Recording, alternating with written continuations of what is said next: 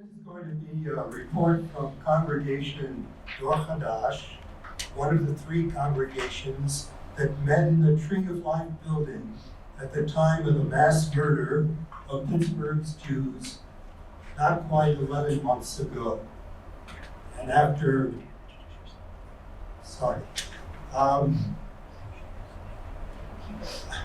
we will review the impact of the mass murder, and I will introduce myself in a second, on our congregational life and the process of recovery.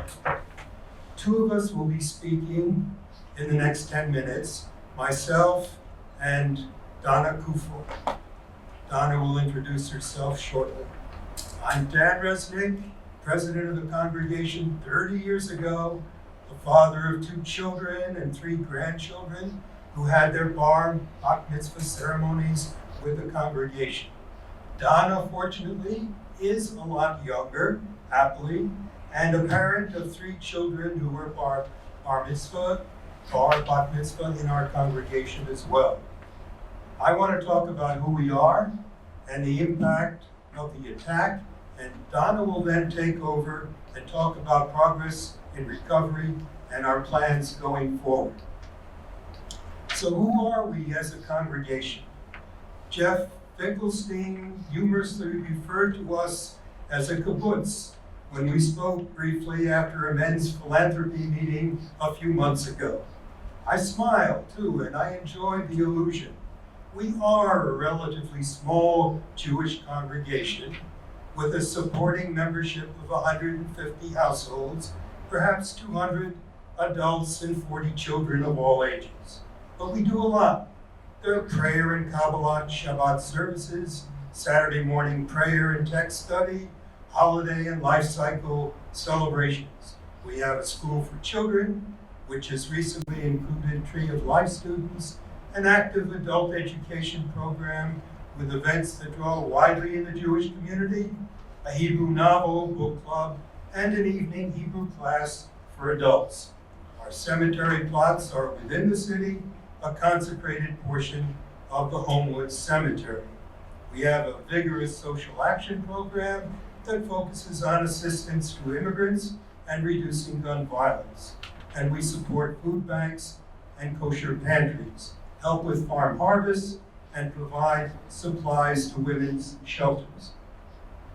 We are unusual in that we have ties to both the conservative and reform movements. Our stream of Judaism, oddly labeled Reconstructionist or Reconstructing Judaism, was founded by Mordecai Kaplan, who taught for more than 30 years at the Jewish Theological Seminary, forming rabbis for the conservative movement. Tradition, he argued, has a voice, but not a veto, and we respect that. Our ties to the reform movement are also many, supported by a variety of social action programs, often placed under the rubric of Tikkun Olam. We do not have an appointed congregational rabbi, although at any one time, more than one rabbi may be part of our service and congregation. We speak for ourselves as lay people. Membership in the congregation does entail participation, and we see ourselves as a community of learners and doers, old and young. We learn by doing. In that respect, Jeff Finkelstein's allusion to Dor Hadash as a kind of kibbutz wasn't far off the mark. So let's get down to topics.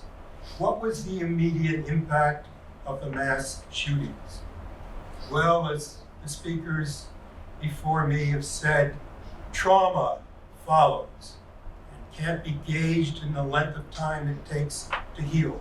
Trauma, a sense of loss, insecurity, and vulnerability. We felt these first. 2 friends and leaders of the congregation had been riddled by bullets. One was dead, and one miraculously survived. The sacred and protected space of a sanctuary had been cruelly violated, and we had lost access to a place where we prayed, schooled, discussed, and planned what we do collectively as Jews. But we don't want to dwell on this. The two other congregations that worshiped in that building suffered heavier losses than we did. We are trying to be resilient, and we were helped greatly by many of the congregations, individuals, and agencies sitting around these tables today, and we thank you for that.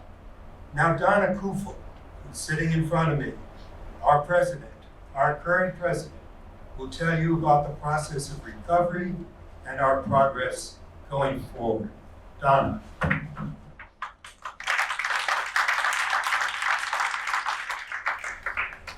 Thank you, Dan, and thank you all for inviting us to be here. Our progress and recovery has been significant. This recovery has been due to the coordinated response and follow-through developed by Federation on a number of fronts. The assistance in dealing with trauma provided to individuals by Jewish Family and Children's Services, the generosity and outreach of Jewish and non-Jewish congregations and individuals, and the developing support offered by the federal government.